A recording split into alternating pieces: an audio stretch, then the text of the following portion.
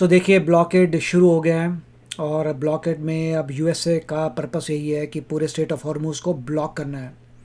उसके लिए आपको क्या चाहिए होगा, आपको शिप्स चाहिए होंगे। तो यूएसए के 15 से ज़्यादा शिप्स हैं, 2 डिस्ट्रॉयर्स हैं, ऊपर से एयरफोर्स भी है। तो ये सोचना कि सिर्फ शिप से हैं उससे नहीं होगा, एयर पावर भी है। अगर मान लीजिए कोई रोग शिप है जो नहीं कंट्रोल में आता तो ऊपर से मिसाइल्स आ सकते हैं, उसके ऊपर प्लेन्स भी फायर कर सकते हैं। U.S. naval blockade in full effect for an Iranian ports situation that is going to crush their economy. Strait of Hormuz is in our control now. U.S. Central Command just warned the blockade applies to all vessel traffic, regardless of the flag of the country they're from. Any vessel entering or departing the blockaded area without authorization is subject to interception, diversion, and capture. 35 ships को allow किया है USA ने जाने के लिए। अब हो ये रहा है कि ईरान ने जो है माइंस वहाँ ड्रॉप की हुई हैं। डिफरेंट काइंड्स ऑफ माइंस हैं। कुछ हैं जो बिल्कुल ही सी के नीचे हैं, बैठी हुई सी के ऊपर। वो क्या करती हैं, वो वाइब्रेशन चेक करती हैं शिप की। जब उसे लगता है वाइब्रेशन पास आ रहा है शिप, तो ब्लास्ट हो जाती हैं। कुछ हैं फ्लोट कर रही हैं सी सरफेस के ऊपर। कुछ ऐसी हैं जो बीच में टंगी हुई हैं कि थोड़ा शिप के नीचे से टकरा जाएं तो डिफरेंट लेवल का डैमेज हो। अब ये देखिए, नॉर्मली एक कंट्रीज़ के पास एक होता है ड्रॉपर, 2 ड्रॉपर होते हैं माइन ड्रॉप करने वाले। ईरान के पास 28 माइन ड्रॉपर्स हैं। Their military is destroyed. Their whole navy is underwater. You know that 158 ships are gone. Their navy's gone. Most of their mine droppers are gone. I think Iran is in very bad shape. I think they're very desperate. मतलब बहुत समय से Iran को पता था कि उसके बचने का एक ही तरीका है, वो है कंट्रोल करना स्ट्रेट ऑफ हॉर्मुज़ को। उस कंट्रोल करने के लिए उन्होंने सोच रखा था कि हमें माइन ड्रॉप करने पड़ेंगे, और उन्हें 28 शिप्स के करीब थे उनके पास जो ड्रॉप करते हैं माइंस।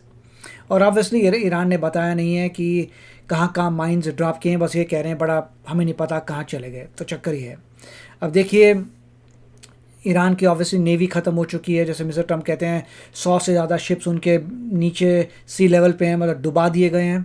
उनकी एयरफोर्स ख़त्म हो चुकी है, इसलिए यूएस मेजॉरिटी पूरी एयर स्पेस यूएसए के पास है। हाँ, छोटे मोटे मिसाइल्स ईरान फेंक रहा है, but not much. Good morning, Harris. Well, this conflict is now in its next phase. The United States announcing a blockade of the Strait of Hormuz, an attempt to shut off Iranian trade. The president just posted, quote, warning. If any of these ships come anywhere close to our blockade, they will be immediately eliminated using the same system of kill that we are using against the drug dealers on boats at sea. It is quick and brutal. The president says he is indifferent to whether Iran wants to continue to talk. I don't care if they come back or not. If they don't come back, I'm fine. Their military is gone. Their missiles are largely depleted. The manufacturing capability for missiles and drones is largely defeated. We've been very nice. We haven't ripped down too many bridges. We did one only because they broke their word. अब देखिए USA कैसे blockade कर रहा है। USA contact कर रहा है हर ship को। शिप से पूछ रहा है कि तुम कौन से शिप हो, कार्गो के शिप हो कि ऑयल वाले शिप हो, कितना साइज़ है, कौन सी कंट्री की शिप हो, किस बिज़नेस के लिए यहाँ आए हो, अंदर जा रहे हो, बाहर जा रहे हो, तुमने ईरान से क्या बात की, क्या तुमने ईरान को पैसा दिया। तो ये सब चीज़ें बातचीत हो रही हैं। जो इन बातों का आंसर सही तरीके से नहीं करेगा, नहीं ध्यान से कोलैबोरेट करेगा यूएसए से, उसको बोल दिया जाएगा कि वहीं रुक जा, आगे मत बढ़। जो ठीक ठाक बातचीत करेंगे, सही हैं, जिनको लग रहा है पैसेज देना है, उनको यूएसए पैसेज दे सकता है। अब देखिए, अब चक्कर ये आता है कि माइन को यूएसए कैसे हटाएगा। अब पता चला है कि यूएसए ने कुछ अमेरिका की प्राइवेट कंपनी से बात की है, और एक ड्रोन टाइप के चीप आते हैं जो माइन डिटेक्ट कर सकते हैं। ड्रोन्स, पानी के अंदर ड्रोन्स, फुली ऑटोमेटेड, उसमें कोई बंदा नहीं होगा, एक बंदा रिमोट कंट्रोल में होगा।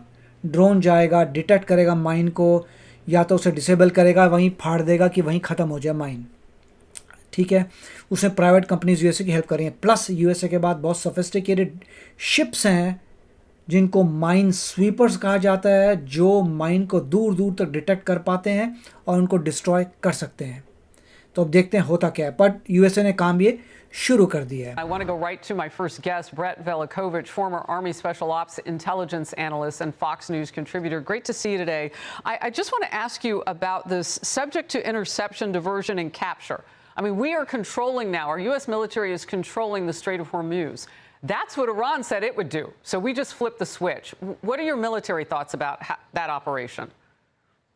Well, exactly. And that new operation is really meant to send a global message that America is the one who guarantees freedom of navigation, not Iran, not militias, not anyone else. And when that principle is challenged, we enforce it. It's no longer just talk. And when the president ordered this, blockade, it isn't a blockade in the old school sense with battleships lined up. It's a modern, layered maritime control operation led by the U.S. Navy under U.S. Central Command. You're talking destroyers, cruisers, carrier strike groups, submarines, surveillance aircraft, drones, all working together to dominate that waterway. And then when you add in minesweepers clearing Iranian mines, you've got total control of the environment, surface, subsurface, and air. And execution-wise, the mission is simple but powerful. Control who moves, how they move, and whether they move at all. The Navy's going to identify and track, and if necessary, interdict vessels attempting to pay Iran or violate sanctions. That doesn't mean firing first. It means overwhelming presence backed by the ability to act instantly. And when you look at the rules of engagement, this is going to be very disciplined, not reckless. U.S. forces will operate under very clear escalation protocols. They're going to warn, they're going to redirect. They're only going to escalate if there is a real threat or non-compliance. But let's be clear, if Iranian fast boats or proxies try to challenge the U.S. forces, they're going to be dealt with quickly and decisively. Yes, ये बहुत दोबारा Iran ने कहा है कि उनके port के ऊपर अगर अटैक होता है तो वो अटैक करेंगे यूएसए के ऊपर। अब प्रश्न ये है कि यूएसए जो है उनके पोर्ट पे क्यों अटैक करेगा। वो तभी अटैक करेगा अगर नज़र आया कि ईरान अपनी धरती से किसी शिप को धमका रहा है, या किसी शिप पे अगर कोई शिप पैसा नहीं दे रहा था तो उसको कुछ बोल रहा है या कुछ ऑपरेशन कर रहा है तो पकड़ा जाएगा ईरान। तो यूएसए बहुत ज़बरदस्त तरीके से सर्वेल कर रहा है पूरे एरिया को और मेक श्योर कर रहा है कि हमारे यूएसए के शिप्स की प्रेजेंस ज़्यादा हो, और यूएसए कंट्रोल कर रहा है कि कौन आ सकता है कौन नहीं आ सकता। अब इसका गोल क्या है? गोल ये है कि ईरान के शिप्स को वहाँ से बाहर आने नहीं दिया जाएगा। इसका मतलब ईरान पैसा नहीं कमा सकता। पहली बात तो ईरान को कोई टोल नहीं देगा, तो टोल का पैसा ख़त्म हो गया। दूसरा, ईरान का ऑयल वो किसी को बेच नहीं सकता। ऑयल सारा उसका ऑयल जाता था मोस्टली चाइना को, नहीं जा सकता, नहीं जाएगा। तो ईरान की इकॉनमी ठप हो जाएगी। अब चक्कर ये कितना समय लगेगा पूरे वर्ल्ड वर्सेस ईरान में। मतलब ईरान कब तक ऐसा होगा कि ईरान की इकॉनमी पूरी ठप हो जाएगी कि वो भागे हुए आएंगे कि ठीक है जी हम नेगोशिएट करेंगे, हमें बताओ हम नेगोशिएट करना चाहते हैं, प्लीज़ हेल्प अस। एक तो ये ऑप्शन होगा। दूसरा, पूरे वर्ल्ड में पंगा पड़ेगा कि भाई ये क्या चक्कर है, ऑयल हमारा 20% ऑयल जो है पूरा बंद हो गया। इसीलिए यूएसए मेक श्योर कर रहा है कि माइंस को क्लियर करे और शिप्स को वहाँ से जाने दे। The Wall Street Journal editorial board's new piece is titled Trump Blockades the Blockaders in Iran, and here's part of that. The regime will also have to consider the possibility of U.S. airstrikes to destroy its oil export infrastructure at Karg Island. This was unlikely while U.S. policy was to keep Iran's oil flowing. Now it seems possible, especially if Trump finds the blockade too slow-moving as a policy tool. Over weeks and months of a blockade, that would strangle the regime's revenue, but the president may want results at the negotiating table sooner than that. सारा control आ जाएगा USA के पास, और USA allow नहीं करेगा Iran के ships को, और सारी कंट्रीज़ के जो फ्रेंडली हैं उनको यूएसए जाने देगा। तो ये गेम चल रही है। अब एस्टिमेट ये है कि 1 महीने के अंदर अगर ऐसा होता है और ईरान कुछ और चाल नहीं चलता तो यूएसए जीत जाएगा। 1 महीने तक आप ईरान के अगर शिप्स को चोक कर दें, मेक श्योर करें वो बाहर ना आ पाएँ, और दूसरी कंट्रीज़ के शिप्स आते जाते रहें, ईरान विल बी गॉन। अब देखना ये है कि ईरान क्या करता है, बट मैंने आपको सारे पॉइंट्स बता दिए कि अभी क्या चल रहा है। तो आप बताइए इसके बारे में आपके क्या विचार हैं। मिलेंगे अगले वीडियो में। Take care, bye bye.